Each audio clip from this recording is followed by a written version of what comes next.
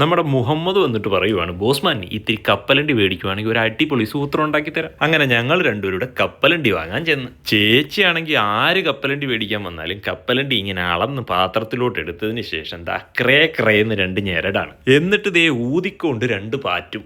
കപ്പലണ്ടി ക്ലീൻ. എന്നിട്ടൊരു പേപ്പർ എടുത്ത് കുമ്പിള് കുത്തി ദേ ഇങ്ങനെ അങ്ങോട്ട് കൊടുക്കും. 5 ലിയോൺ ആണ് അത്രേ വില. നമ്മുടെ മുഹമ്മദ് പറഞ്ഞേ, ചേച്ചി ഊതാത്ത ഒരു 20 ലിയോണിന്റെ കപ്പലണ്ടി തായോ. അപ്പോൾ തന്നെ ചേച്ചി തൊലി കളയാത്ത ഒരു 20 ലിയോണിന്റെ കപ്പലണ്ടി അളന്നിങ്ങി തന്ന്. മുഹമ്മദ് അതും കൊണ്ട് നേരെ വന്ന് പുള്ളിക്കാരന്റെ സഹോദരിയുടെ കയ്യിലോട്ട് കൊടുത്തു. പുള്ളിക്കാരി ഇതേ ഒരു പാത്രം അങ്ങോട്ട് എടുത്തു വെച്ച് കുറച്ച് ഷുഗറും കൂടെ അങ്ങോട്ട് ഇട്ട് നമ്മൾ ഈ കാരാമൽ ഉണ്ടാക്കുന്നത് പോലെ പഞ്ചസാര ഉരുക്കിയെടുക്കാൻ തുടങ്ങി. അങ്ങനെ പഞ്ചസാര ഒന്ന് നന്നായിട്ട് ഉരുക്കിയെടുത്ത് ദേ അതിനകത്തോട്ട് കപ്പലണ്ടി കൂടെ വാരിയിട്ട് നമ്മൾ ശർക്കരയൊക്കെ ഉരുക്കി കപ്പലണ്ടി മുട്ടായി ഉണ്ടാക്കത്തില്ലേ, അത് തന്നെ സംഭവം. ഇവിടെ ഉള്ളവർ ശർക്കര ഉപയോഗിക്കാത്തതുകൊണ്ട് പഞ്ചസാര വെച്ചിട്ട് ചെയ്യുന്നു, അത്രയേ ഉള്ളൂ വ്യത്യാസം. അപ്പൊ ഞാൻ ചോദിച്ചു, എന്നാ പിന്നെ ഇതൊരു നല്ല ഷേപ്പ് ആക്കി എടുത്തൂടെ? ഓ, ഷേപ്പിലൊക്കെ എന്ത് കാര്യം ബോസ്മാൻ, ടേസ്റ്റിലല്ലേ കാര്യം.